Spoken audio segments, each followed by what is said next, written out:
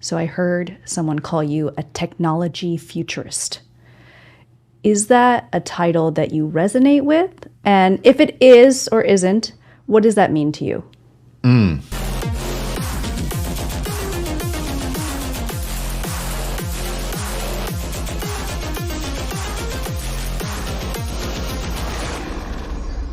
I'm going to give a yes and no. The Okay. yes part of it is I'm definitely someone who works on researches and tries to communicate about future trends that most often technology is wrapped up inside them. So when I think about the nonfiction books that I've written, it's been on the rise of AI, social media weaponization, cybersecurity, going back further, robotics, Mhm. but even before that, looking at new actors in war, like the rise of private military companies. And that's also what we do in our useful fiction project is working with partners on both how to identify those trends and tell the story of those trends. Now, where I might push back, and this is maybe just fun for you and your listeners, is the origin of the word futurist Yeah. and futurism and what it means. Is if we go back, it's not simply people that were interested in future technologies. It was basically a Italian philosopher uh, who claimed that everything was he was basically almost like an anarchist back in the late 1800s and early 1900s, who claimed everything about the world is wrong and technology will resolve everything and we must remake the world. And it was everything from changing architecture to he created the futurist cookbook that had, for example, you would cook steaks with electricity, like electricity going through them. And, that's all fine and dandy. But then he also said, there's this guy named Mussolini and this new idea of fascism that is really futurist. And so the definition of futurism from a philosophic standpoint Mm. got wrapped up in fascism. So be aware of sometimes when people talk about the futurist manifesto, Mm. and I've seen some, to be blunt, tech bro billionaires talk about like, oh, it's great, and they'll pull quotes from these guys, and you're like, well, did you keep reading to the next page? So that's maybe a little bit more that you Yeah. wanted, but I think maybe to pull back on it is uh, I'm fascinated by technology, but also the ramifications of it on our society. Mm. So clearly, the term futurist does not resonate. What is your preferred title for what, if, of all the things that you do, if there was a word to say, let's say you go to like an elementary school to talk about what you do for work, what would you tell like a third grader? Oh gosh, that's really tough. I'd say I'm a writer. You're a writer. Yeah, I mean, I think, and maybe that's because it's my origin and it's still how I self-define. So it was, my dissertation became my first book. Wrote a series of articles and nonfiction books. Then that evolved into what we call our useful fiction books, which are a blend of fiction and nonfiction. All the other work that I do flows out of that writing and research. Why I caveated that was, and I think many of your audience probably feels the same way, is I don't spend enough time doing it now because of all the other responsibilities in life. So I'm constantly walking around thinking about articles that I want to write, not having time to do them, or even book projects. But I think a writer, and that would also resonate the most with a third grader. Oh, Yeah. it's someone who writes books. I use books in my classes. I use books to be entertained by. Yeah. Of all the fields that I can think of, career fields, it seems that in the current age of information technology and artificial intelligence, that maybe being a writer might be one of the most challenging things to do. So when you are thinking about one day when you go back to being able to, put pen to paper, most likely on your laptop, Do you consider integrating AI when you are writing or using it to flesh out your ideas? What is your relationship with artificial intelligence in writing? It's funny because just yesterday I spoke at a workshop about what do leaders need to know about AI.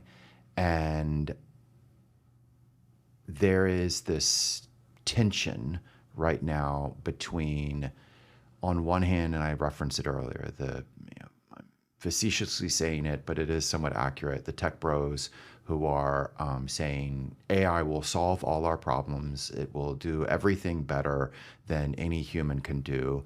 And for some of them, it's a very real belief. For some of them, they need to communicate that to keep the value of their companies up. But there's this one end of the pole. It's coming for you, and then it gets into, is it a good or a bad thing? At the other end, you have the I don't like it. I'm never going to use it. It's never going to be as good as a human. Um, where I'm at and where I think society will continue to move forward with, and also warfare, and there's much work at NIWIC on this, is it's that idea of the human machine relationship. And there are certain areas where machines are much better. There are certain, and they will continue to evolve and get better. There are other areas where, for the time being, humans have that skill set. Um, Writing and, I would argue, warfare are realms where there are a set of rules. There's grammar rules, there's spelling rules, there's rules on how to write a good memo, Mm-hmm. how to write a good novel. There's rules in warfare of this is the doctrine. That said, machines are good at following rules. Humans are good at breaking the rules. And good writing is not about following the exact way of how to write the memo, kind of paint by numbers style. Mm-hmm. This is the exact way to write a good novel. No, it's creativity, right? And Yeah. it's the same thing in warfare. If you only follow the old rules, at some point someone else is going to come up with new rules of the game, so to speak. And I'm not talking about legal rules. I'm talking about sort of best practices. Right. And so it's that blend of human and machine, knowing when to follow rules, when to be creative. I think that's very similar if we're talking about medicine. So there's so many different fields where it's about bringing together the two. So I use AI in helping to research and sometimes helping to outline. I don't think the final product of it it would never be, it would never read right if I just said, here's the article or here's the novel. It just doesn't come across right. And I think it's, at least right now, most of the AI that we're using, it's that lack of creativity. It's also, it's basically, particularly with generative AI, it's trying to both go to the mean, or the median, depending on how you want to do it. But basically, it's sort of, what might most people want, slash, it's very much what do you want, the user, Right. and in its, in quotation marks, desire to please you, desire to hit that middle, it never does it exactly the way that we need. Yeah. I really appreciate you drawing some parallels between writing and rules of engagement in the military context because we're at NIWIC Pacific. Mhm. We are, warfare center, so we support the warfighter. One of the things that struck me when you were talking about the similarities, when you said there are rules in both areas, is also some of the differences because with writing, you are engaging other humans, right? You can use AI tools, but the goal is to engage a human customer at the end of Yeah. that. But with warfare, increasingly, it seems like we are engaging non human entities on the other side. What are your thoughts on this difference that exists, particularly on the when you're talking about rules of engagement, when to break them, I think there always was an assumption that there was a human on the other side for the most part in a history of combat. But moving forward, how will we have to navigate that tension that you talked about? So I think there's two elements of this, and that it goes back to that idea of what do we mean by legal ethical rules of engagement, Yeah. and what do we mean, however, when we're talking about like doctrine, the use of forces. So Right. a decision that you make not as a the ethical shoot or not shoot, but the best way to deploy my forces. Mm-hmm. And so let's break that down. They relate, but they are different. Very clearly, the US military and our allies are moving more and more machine intelligence, however you want to define it, into a wide variety of roles, whether we are talking about back end logistics, the facility support roles that NIWIC works on, to ISR, help me with analysis, help me with sensors, to the pointy end of the spear, help me with whether I'm doing undersea warfare, I'm doing space warfare, cyber warfare, whatever that is. And we're doing it both because we see advantage in delivering a more lethal war fighter, whether it's that individual or the warfighting machine. We're doing it because it offers savings of human cost, less people exposed to danger. Yeah. Maybe it's budget savings, maybe it's time savings. We're also doing it because it's very much a sort of mandate right now. It's leadership saying, we are going to be a AI-enabled force. So there's this push towards it. Guess what? The same thing is happening in Beijing. That's right. And it is very much top down there. We have the equivalent of the head of state saying China is going to be a leader in AI. We have a push at the PLA and the PLAN level towards the model of what they call intelligization, which is the idea that there were different eras of warfare. In the 20th century, there was a industrial era, and the United States dominates that. This is in their viewpoint, the writings of PLA officers. Then they say we move to information dominance. They actually use the very same phraseology that we used. And they say, it's networks and it's information. And they say, and the Americans also led in that. Aha, the world is moving and warfare is moving to not information dominance, but intelligization. It's intelligence, AI dominance, and that this is the opportunity for us to be the ones that lead the way to displace the Americans. So there is a push among our adversaries to also move as much AI into a variety of different roles as they can. But there's a second part that we need to pay attention to. And I did an article on this probably about maybe 4 months back in Defense One, which is the PLA is already, and this is open source intelligence, nothing classified, in their own writings that are out there and their own exercises that we can watch. They are now training up for not merely how do they use AI within their own force, how do they fight and defeat adversaries that are using AI? What are not just its capabilities, what are its vulnerabilities?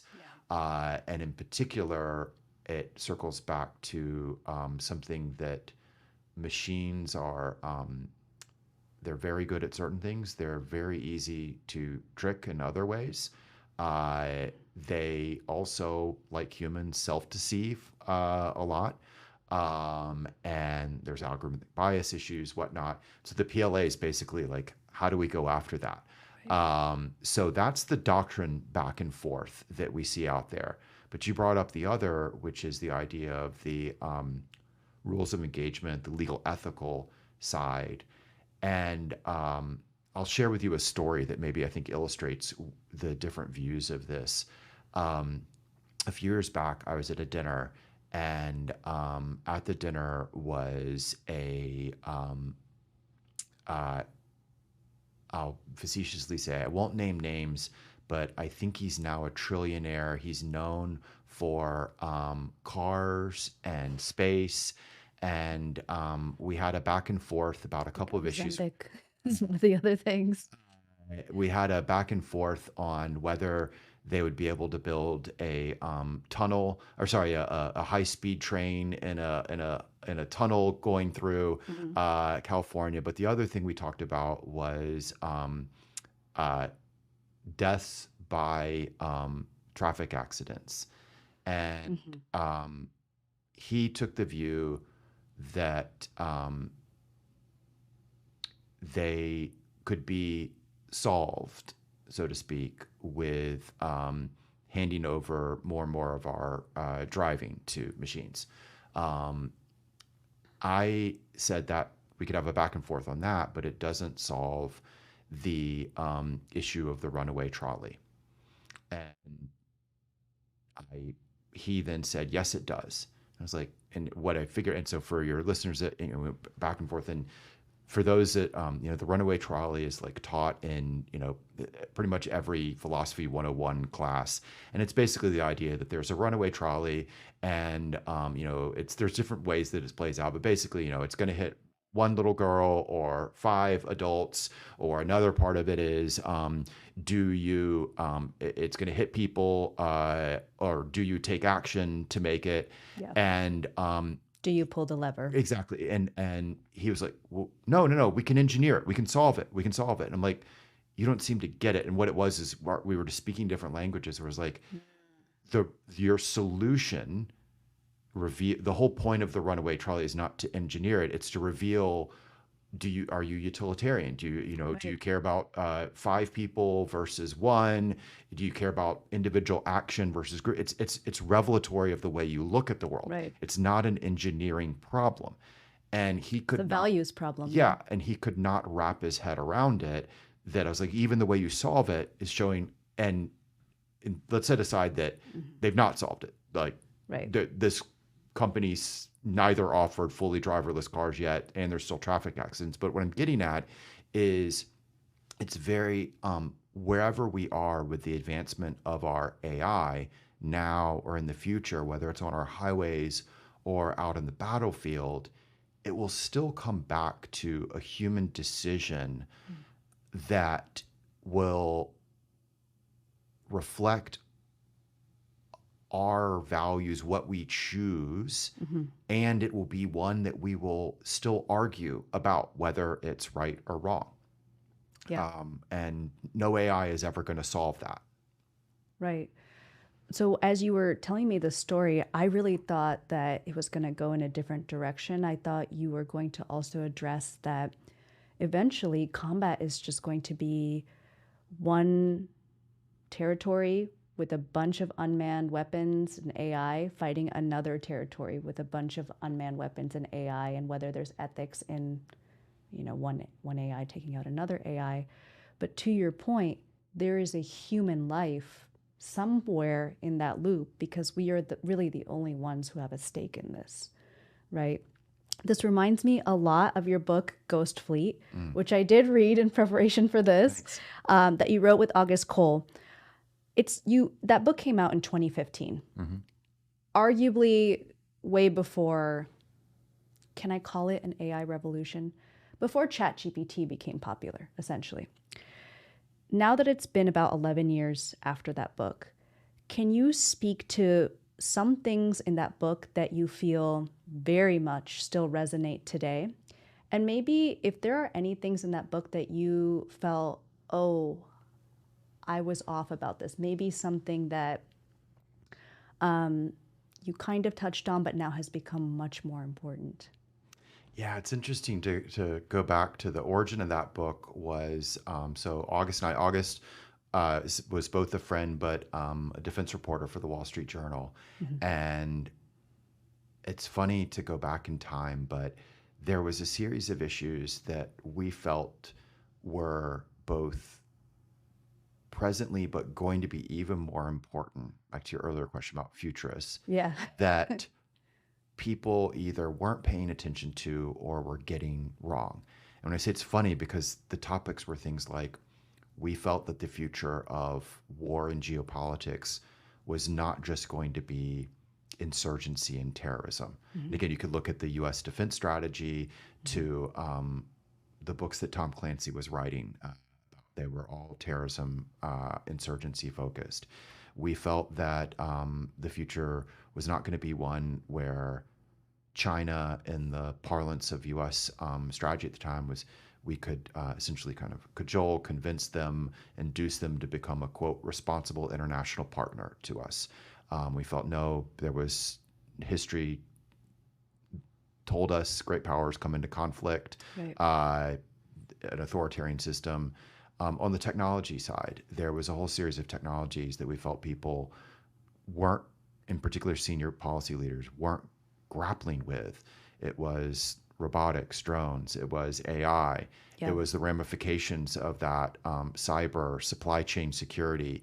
Again, well, of course, supply chain. No, no, no. Back then, and that's why we went down the pathway of what we call useful fiction, and that it was the only way we could figure out how to break through the noise. Writing another white paper or nonfiction on it, we didn't think was going to make much of a difference. So we wrote this, a combination of a novel about a war with China and Russia. And again, I remember, people arguing with, oh, that, never happened. And those both, defense folks to uh, editors, but it was really a way of sharing about 28 pages of research and notes on, again, everything from microchip vulnerabilities to China's plan for a space station that's now up there. Right. So as you very kindly put, there's a lot of it that we deliberately did not put a date in it, and Yeah. it's it wasn't like the war will happen in whatever 2020. 2032. Exactly. And that helps it stay a little bit timeless. Um, and it certainly still resonates with people. The parts that so to your specific to technology, certainly I think we got the issues of cyber supply chain vulnerabilities right, and that's because we always had a footnote to here's where it's already happened or here's where it's at prototype stage. Right. The uses of AI as helping with battle planning, as an advisor, integrated in command and control. That's in the book. Variety of different types of unmanned systems, air, sea, of different sizes, shapes, forms. That's in there. Okay, so I think we did pretty good on that. Right. What would we alter? Two in particular. The first, oh, sorry, one other thing I'd throw out there, very relevant to Nywick, is sometimes people will be like, yeah, but you had a ship with a rail gun on it. And I'm like, go back and read the book. In the book, the railgun program had been shuttered, and it's only brought back during, and we're like, even the shuttering of the railgun program Mhm. has happened. That's something I would have been happy to be proved wrong on. But so what did we not get right? What would I alter if we were doing a new version of it? Couple things. One is the issues of the weaponization of social media. Mm. Yeah. We lightly touch on it. There's a scene where it's sort of day one of the war, and while U.S. command and control networks are only partly up, they're jammed. There's space attacks, there's cyber attacks. So you have leaders in the U.S. who aren't fully plugged in. Some of don't even know that the war's begun. Right. There is this scene of a kid on a pier pulling out his phone and essentially live broadcasting the invasion, but just to his followers. That's accurate. The part we didn't have in there that would have been a lot more on the weaponization of social media. Yeah. The fact that there would have been, and there in any future conflict, the massive amount of information operations, and that bluntly, that it would work in targeting. I think history has shown that the U.S. is very vulnerable to information attacks right now. We're already a divided nation. An adversary would exploit that more. I think we would see more micro targeting of not just not just targeting the overall populace, but targeting individual officers. Hmm. We did a project through our Useful Fiction Network about a year back for Cyber Command, and one of the things we were helping them explain to people is to visualize we talk about micro targeting. So it's the idea that the war begins and a officer gets a text on their phone, and it's their or it's a voicemail. It's from their daughter, their teen daughter, threatening to commit suicide. A executive officer of a destroyer gets video of their spouse committing an infidelity with their best friend. A commander of a logistics unit is broadcast them saying something racist. In each of these situations, it's something that could be created with AI, be hyper realistic, and even if you know it would still create chaos within the force, right? Hmm. Is that individual officer? So how do I get the voice of someone's daughter? Get it from a Discord. Uh, are they going to stay at base, or are they going to try and run and find their daughter? Right. The video that's circulating in the unit of a leader saying something racist, is it real or is it not? You still have to do an investigation about it. Probably about 1/3 of the crew is going to believe it anyway. It still hammers that unit. Right. So that's one part that I think we would have put a lot more in. The other one that's funny is writers love to complain about editors, and we love our editor, but there was in Ghost Fleet a storyline about American industry trying to mobilize for a major war, and the character there was a character who was a contractor, and there was a back and forth on everything from how do we get back to producing like we could in the past, to navigating a contracting system where people are like, we want to do X. Well, that's not in the contract. And basically the editor, had two pushbacks on it. One was, this is unrealistic. That wouldn't happen in war. And we're like, Yeah. Defense doesn't have a problem with acquisition. What are you talking about? yeah. And someone's saying in the middle of a war, no, we can't do that because the contract doesn't allow us. And we're like, that happened in World War II. That's happening right now in Afghanistan. He was like, nah, no one's going to believe that. And then the other was, it was just, he was like, it's not as exciting as naval battles, so we Mm, cut that entire storyline. I yeah. think maybe now we'd put it back in given its centrality and people talking Mm, about it, but if you read the in our acknowledgments to the editor, we make a joke about I forget the character's name, but we would basically say he murdered that character. They never came to life. So those are the two areas that I think we would put more in. Is the effects of information operations, and then secondly, more about how America would or could not mobilize in a major conflict. yeah. Those two, there's so much to both of those pieces. That social media piece that you talked about, there's so much we can go into there. The second piece about, you know, specific bureaucratic processes, I think in the last couple of years, one of the things that has really become clear is almost this divide in audiences. This is my experience. I get the sense that the general public does not fully understand how the bureaucratic processes work, right? So, to your editor's point, it may have only reached a niche audience because you and I know about the process sitting in this room, but if I was in a general population, I might not know how difficult some bureaucratic process can be to change and undergo scrutiny, right? So we've kind of been seeing that in general, the public does not know how the process works or the nuances. And also, though, we like to complain about it, but we Mhm. also need to recognize why they're there, Yeah. right? So, go back to the good old days of World War II when we could produce data. Harry Truman became president. He rose to prominence by leading a commission that was looking at the large levels of corruption and overspending that happened during World War II, right? Yeah. To all of there's this whole we want a system now that embraces risk. Hmm. That's good, but there will be consequences. So I want speed. I want in production and acquisition and embrace risk like Silicon Valley.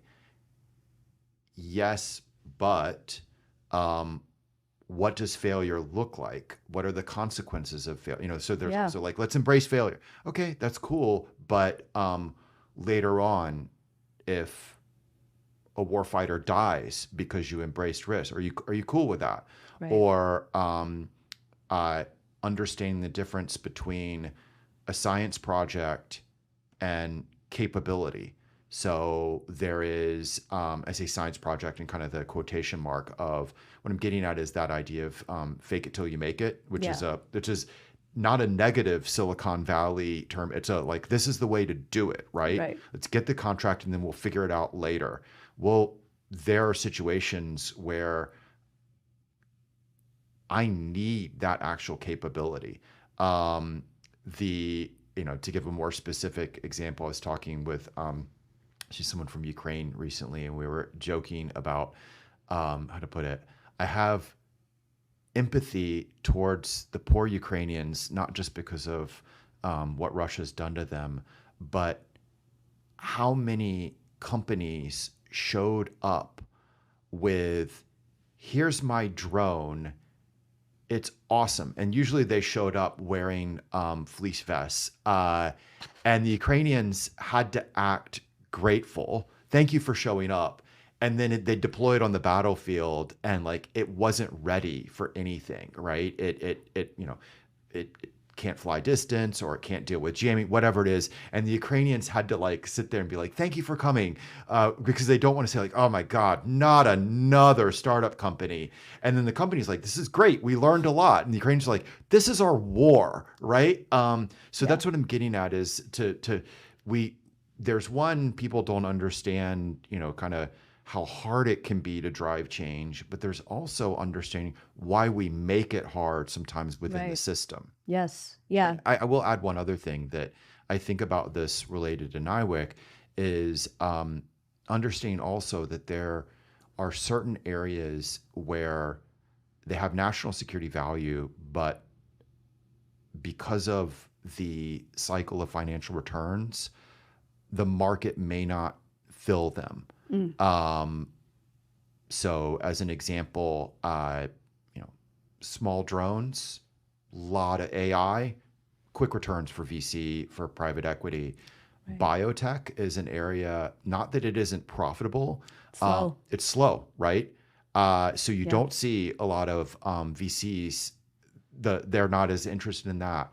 To, I mean, hypersonics or interjet, whatever. There's a lot of Right. national security areas where you can't solely go to a market-based solution. The other is to recognize that many of these market-based solutions are reliant on some kind of long-term research, right? Right. And so, it's this idea of seed corn. Yeah. You will be able to get value from those companies over the short term, but 5, 10 years from now, they're not going to be able to deliver to the warfighter if you don't have that underlying research support, Right. right? And that's another part of I think the communication misperception that is out there, where sometimes the public or policymakers will look at long-term research and say, well, what is it doing for me? And you're like, what is it doing for you? It's enabling everything that you have right now, including everything that these companies are bringing to you. Yeah. I think this may relate very closely to that social media piece that I also want to get back to, which is that it seems as if we are becoming trained as human users of technology to expect faster and faster returns, right? I mean, our brains are plastic, and with every growing generation, they're becoming native users of new technology. What you are talking about, it seems like there is a type of short-sightedness that doesn't fully appreciate how things like, I'm thinking of the Artemis launch, for example. That was planned, I'm sure, years ago, if not decades ago. And, I'm sure NASA needed continuous funding and a long-term vision to make something like that happen. And we see it all over social media today. People love the instant gratification, but may not see the piece that took a long time for things to happen. So could you tie those two things together for me? As a writer, as a storyteller, can you help me understand how social media affects the way that, your audience expects things? They want a fast return. That's what it seems like. They want a quick plot line. They want a quick apex. How does that interplay affect our expectations? So I think there's a couple of things at play there. It's a great question.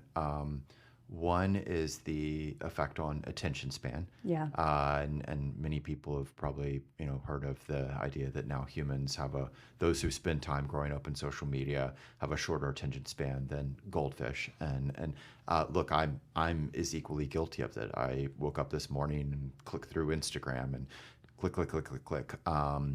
The second is complexity of information. And it's not merely a social media issue. We looked at this I did a book called Like War. I was looking at social media, but Right. what we found, and it's drawing on research, is that so they use the proxy of presidential inauguration speeches and what level of education you needed to understand it. To understand George Washington's, you needed basically somewhere between an undergraduate and a graduate level degree right now. And what the study found is that every time there was a new communication medium, it changed. So when we get telegraph, it goes down to, I forget, but I believe it's like sophomore year level. When we get radio, it goes down again to like senior and high school level. When we get TV, it goes down again. Social media drives it down. So right now we're roughly at a sixth grade level. Each time, yeah, That's higher. That's higher than I expected, actually. and it may be lower than that. But the point is communication technologies affect attention span. They affect and again, in each of those situations, it's not that Abraham Lincoln wasn't a smart guy. Abraham Lincoln figures out the best way to reach my populace using this medium of my Right. speeches are going to be recreated everywhere so we're reflecting the technology shapes our communication levels. The third, though, is this is where I think the science and research community doesn't do a good enough job. Frankly, the larger U.S. military is for Like War, we did a study of when did information packets go viral? When did your message that you put out there extend to many others? Many others are saying, I want to repeat it, I want to share it. And we looked at case examples that ranged from positives, Ice Bucket Challenge, to negatives, ISIS recruiting. And repeatedly, the attributes of something that went viral, one of the key attributes is it had narrative. It had a story. And story means characters, setting, a plot, and so Artemis. You think back, there's the parts that people are engaging most with. There's a certain story in it, Yeah. and too often, I think in the research community, or when you're briefing a senior leader, it's Here's the facts. Here's my hard data. Right. Here's my PowerPoint. Why isn't my audience engaging the way that I want? Well, you're not delivering it in a manner with a narrative that's designed to resonate with them even better, that they then go share it with someone else. Right. And so I think about this in everything from our how we communicate our research to the public, how we communicate it to a senior leader. And again, maybe it's a senior leader in your own agency, or maybe it's a senior leader in another agency. It's Congress. You have to figure out a way to take the facts and wrap them within a narrative if you want to have an effect, if you want to have what we call strategic narrative, where it's story with a purpose. Yeah. And that storytelling is constantly evolving, right? Because one of the things I was thinking of is the way commercials used to be maybe 100 years ago. I don't even know if they had commercials 100 years ago, 50 years ago, where it would be some of these infomercials that came up that immediately presented you with a problem. Are you tired of doing XYZ? Here's the solution. And that storytelling, I think, it really resonated with a lot of people and took off. And then people get used to that kind of storytelling, right? They no longer get that kind of novelty from it. And so as a storyteller, do you find that the way that you have to sketch this narrative, especially when you're communicating with leaders where they are making very critical decisions about programs that may last a long time, when you're communicating those stories, do you find that you're having to package that story in evolving ways? So there's the medium with which you share it. There is the narrative with which you share it. So you can have the same set of facts. We've been doing projects with certain parts of NIWIC on great research that's going on here. So one of the things that you want to know is, who's my audience? Am I speaking to who's the decision maker that I want to inform? I want them to and inform. Maybe I just need them to understand the way the technology works, or it may be inform them. I need them to know the value of the project, what it's going to deliver to the warfighter. What's the action that I want out of them? Them to be a more the next time they read the budget, they understand X, Y, and Z, or is the value? That's a great program. I want to support it. You need to know all that before you go in. But you also need to know, so that if I'm building a presentation or a budget pitch, a memo, a briefing about a project, am I going in to is it a Navy admiral? Is it a civilian leader? Is it the public? Is it Congress? No, maybe I'm speaking, I need this to be shared across the force. Is my audience young lieutenants? We ran, to give a more specific example of this, we ran one of our workshops with SOCOM, and it was all about understanding new SOCOM strategies, how to communicate it. And they were using the very same both set of facts, their strategy, but the same narrative to speak to everyone from a member of Congress to a Joint Chiefs to a young 18-year-old that you want to join SOCOM. Same set of facts, same narrative. Of course it's going to fail, right? And so that's one aspect of it. Okay, who's my audience? Then what do I know about who that audience cares about? Let me unpack this for you. So we had a project for a different part of the Navy. And so senior leaders is basically, you can think about this going back to plot or narrative. Facts, narratives resonate with them by what they care most about. For some senior leaders, the best time of their careers and what they will motivate them is when they were in some command role. So with Navy, when I was the captain of a ship, or often you'll see, a Air Force leader. It's like, I hate my job in the Pentagon now, even though I'm a 4-star. The best time was when I was squadron commander. And so they will define what we're getting at is, what do they define success at the end of the day? Success is, I made life better for that ship captain, someone just like me. Yeah. Others define it by someone in the future in their same seat.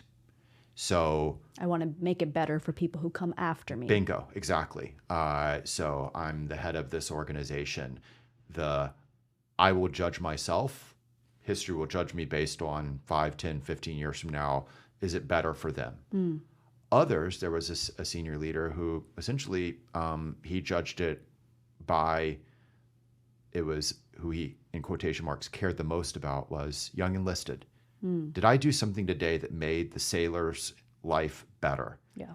So if I'm going in to brief that leader or I'm building my fictional narrative, I'm going to have I can have the same set of facts, the value of the NIWIC widget device. I'm making it up.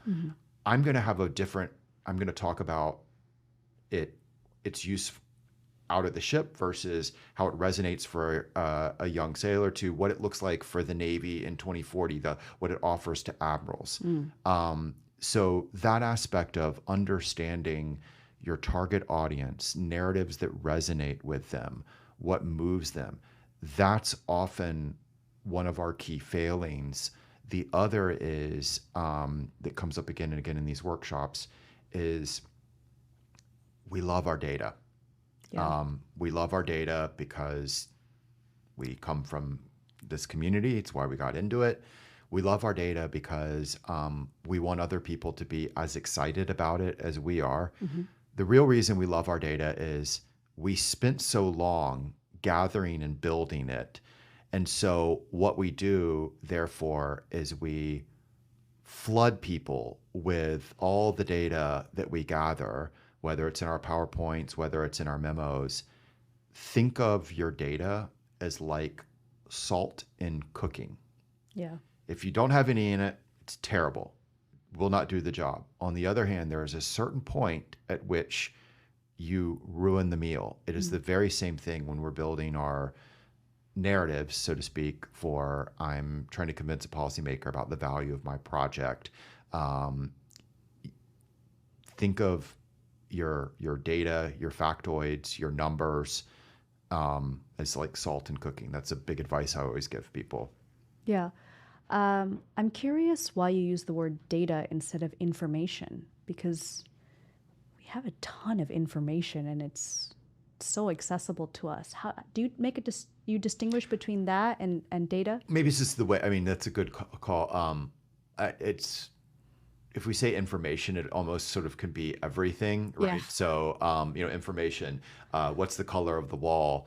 Data. What I'm getting at is that research that I gathered, that the facts, the hard facts, the budget numbers, the whatever it is. It's that. It is forms of information, but it's forms of information that myself and my team spent a lot of time and effort gathering and building, and I want to share it with you. And yes, you absolutely have to, but recognize it's very, particularly in a community of researchers and scientists, it's hard for us to sometimes hold back, right? Right. You want to show all the graphs, Yeah. all the analyses you did. Oh, and there's another, which is we ran one of these workshops actually for DARPA on working with DARPA program managers on these communication techniques. Because I think very parallel to NIWIC, they're working on some incredible technology, cutting edge science, but often they have a tough time, I think a dual time. One, how do I get the potential end users to understand it? Secondly, how do I get both end users and leaders to understand the value of the work that we do? And among the speakers we brought in was the former CNO, this was Admiral Richardson. He's just a phenomenal guy, phenomenal speaker. And he shared with them, we asked him, what are some mistakes that people made in your experience when they were briefing people like you? And some of the things Great question. yeah, and I mean a Great lot question. resonated. I'd love to bring him out here because he's so phenomenal. But like he talked about, look, when you get to briefing someone like at my level, I assume the science works. Like you you That's you great. you don't need to walk me through the science of it because you wouldn't be in the room with me. You wouldn't be pitching me if it didn't work. So you have this limited window of time. Look, and we would a follow up question. I always ask him like, how many briefings would you get a day? He'd be like, probably like 25 or 30. And you could see the Wow. DARPA program managers like faces in the room, like, because what he's basically saying is you're only one out of the many decisions I have to make that day. It's everything from does your program get funded to, Navy personnel policy or whatever. Yeah. So you have this limited window of time. Don't spend it on something that I've already assumed is there, right? Mm. Another thing that resonated with me that was very funny is he'd say, know what emotion you want me to feel at the end of the meeting. Oh, And you could, such a great point. yeah, and you could Yeah. see this again, like, does not compute, facts only matter. And he'd basically be like, no, no, no. Like, do you want me Yeah. to feel excitement? Wow, this is a great program. Hmm. I want to fund it. Do you want me to feel fear? Oh my gosh, if we don't do this, bad things are going to happen for the Yeah. Navy or for whatever. Do you want me to feel trust, where it's not about the program, it's you? You're the right person to run forward with this problem. And he's like, if you don't know what you want me to not just know, but feel at the end of the briefing, Hmm. you're not doing your job. And Yeah. you could see again people being like, emotion, but that doesn't matter. And now I'll put my hat on top of it. The way I'll talk about it is like, we like to think that decisions are made logically. That's not reflected in research science on voting, on purchasing behavior. It's also not even reflected in science fiction. Yeah. No one is a Vulcan. And guess what? For our Star Trekkies in the audience, they all know Vulcans weren't logical. They were highly emotional too. So why are we fighting this? Right. It's kind of funny. So my background is neuroscience, and I think about parts of the brain that are devoted to emotion, and there are many more parts of the brain devoted to processing emotion, Yeah. internal stimulus, than external stimulus. And I think a lot of people forget that that's what makes us human, right? And do you feel that it's just a side question? Do you feel that that has kind of entered into our artificial intelligence design as well as I think that that same issue exists there too, where we think that it's incredibly logical, but I get the sense that our very human emotions have become ingrained in those models as well. And I think intentionally so. We've seen that Mm. in sort of the underlying designs, and there's been a lot of recent research on this of um, making them more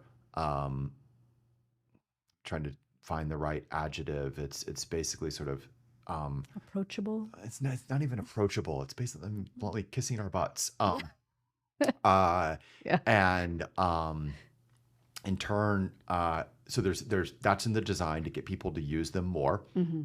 That also makes them slightly more error prone. Um, Right. the flip side is there's been some really interesting recent research on people being meaner to AIs and what is the effect on both the AI but on the human world. So I Mm. think there's a lot of that being baked into they're how to put this. They're both some of it is that they reflect who we are and they're trained that way. Some of it, however, is the underlying design to get us to interact with them more, to spend more time on platform, which is more profitable for the user. Hmm. That let's take this back into the realm of conflict. That's where I think there's some really interesting questions around the use of AI in warfare, in decision aids. And look, this is a dispute back and forth between there's AI overall, and then there's each of the models Yeah. that we have presented to us. Um, Overall, they all tend to try and make the human feel better, reinforce their biases. Thinking reinforcement learning. Yeah. Yeah. And then there are certain of them that do that even more than other models. Yeah. And that is not always good for warfare, right? So when I advise people is like, think of it as it's still right now for the most part the equivalent of an intern. They know a lot. They also don't know what they don't know because they don't have experience. So, Mm. and then the other is they really, really want to please you. Yeah. And I could be talking about a human intern, but I think that's where we are with our AI right now.